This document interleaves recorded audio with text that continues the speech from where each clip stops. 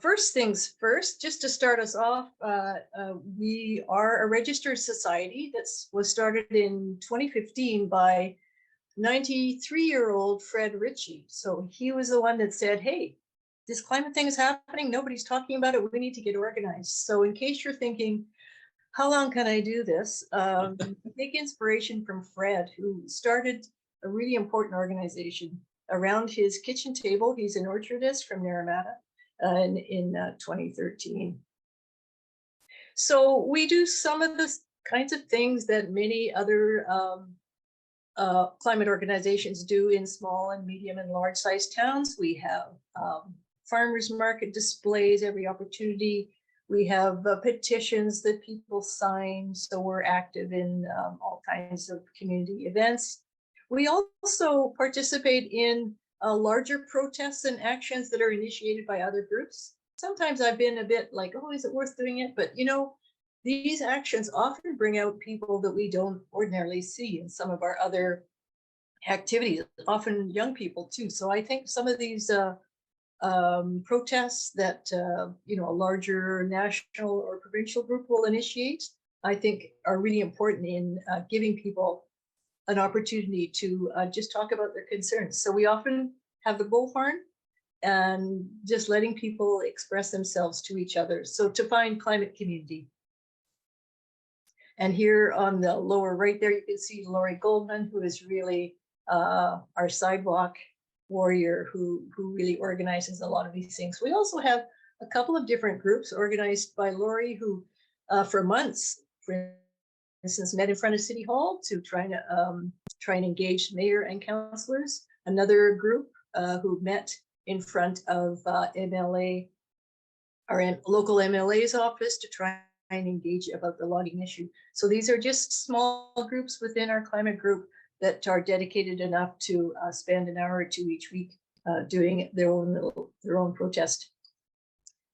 Just a few facts about us. We do have a board of directors of 8 people. I would say we're a pretty active board. We have it fluctuates, but we have about 110 members.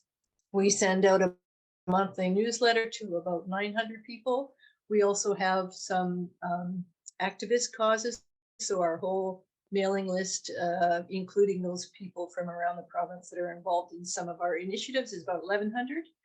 We sponsor a deep dive Zoom webinar. This is something we pivoted to. We used to bring speakers into town, but with COVID, we moved to a Zoom format. This is just an example of one of our monthly talks. We've done about 22 of them now, and we have an audience of about 20 to 70 each time.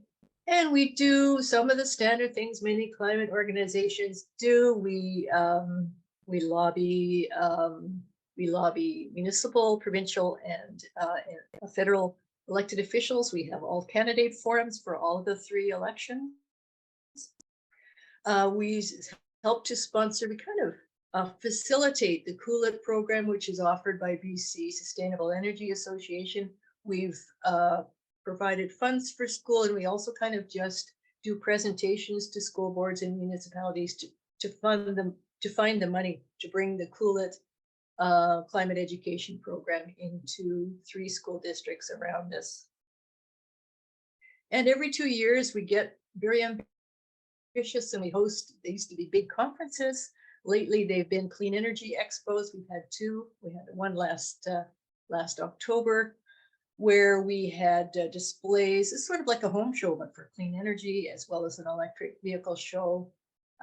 So we do these every couple of years and swear that we'll never do it again, and then we forget and get involved and do it all over again in another couple of years. But these are obviously really popular and we've had excellent feedback too from the exhibitors that come. Now, a couple of years ago, we had a member who just made an inquiry, who said, have you heard, you know, I've been contacted by Fortis, they're coming through my property and they want to expropriate some of the land. Have you heard about this new gas expansion pipeline? And we hadn't been on our radar at all.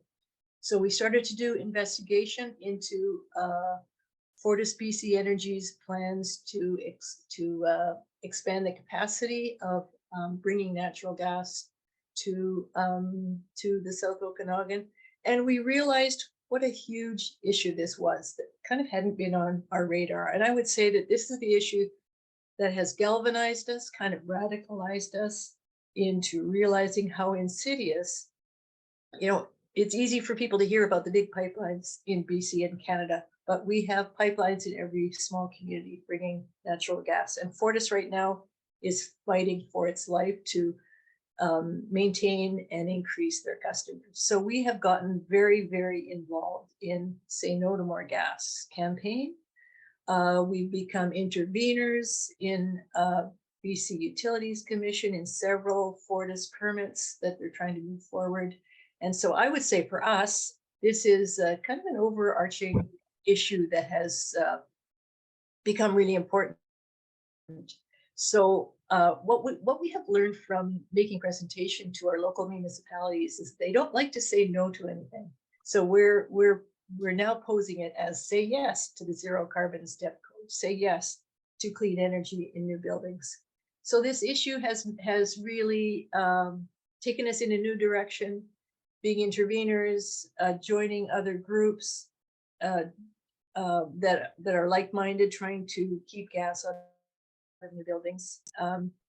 And in our presentation to council too, it's honed our communication skills. We realized that a lot of the people we talk to, even MLAs, really don't know that much about the issue. So we have to make it very, very simple. So this is sort of an example of a very simple slideshow that we show. Here are all the advantages. So yeah, so it's enhancing our communication skills too. So I just want to thank WeCan for the provincial assemblies where you're kind of bringing us together. I would say that this initiative is really the opportunity to meet like-minded groups and share information has been really, really important to us. And lastly, we love making hokey old climate signs. And so you can see most of our board of directors here actually peeking behind these. These are some of the first signs we ever made for some of our protests. They're getting a little more sophisticated now.